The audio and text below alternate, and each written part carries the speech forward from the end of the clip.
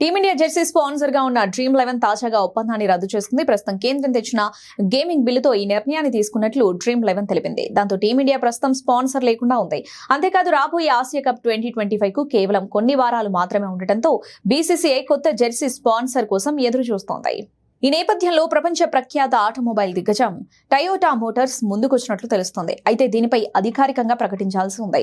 కాగా 2023లో బీసీసీఐతో 358 కోట్ల విలువైన ఒప్పందం కుదుర్చుకున్న డ్రీమ్11 ఇప్పుడు online gaming promotion and regulation bill 2025 ఆమోదం పొందిన వెంటనే వెనక్కి తగ్గింది.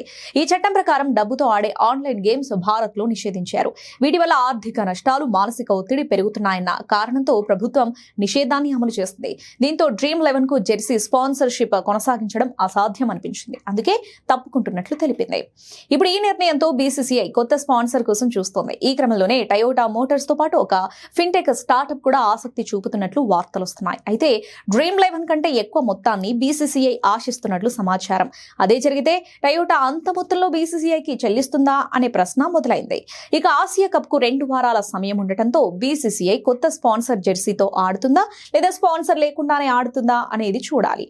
కాగా సెప్టెంబర్ 9 నుంచి ఆసియా కప్ మొదలవనుండగా టీమిండియా మ్యాచ్లు సెప్టెంబర్ 10 నుంచి జరుగుతున్నాయి. ఈ నేపథ్యంలో భారత్ ప్రత్యర్థి పాకిస్తాన్తో సెప్టెంబర్ 14న తలపడనుంది.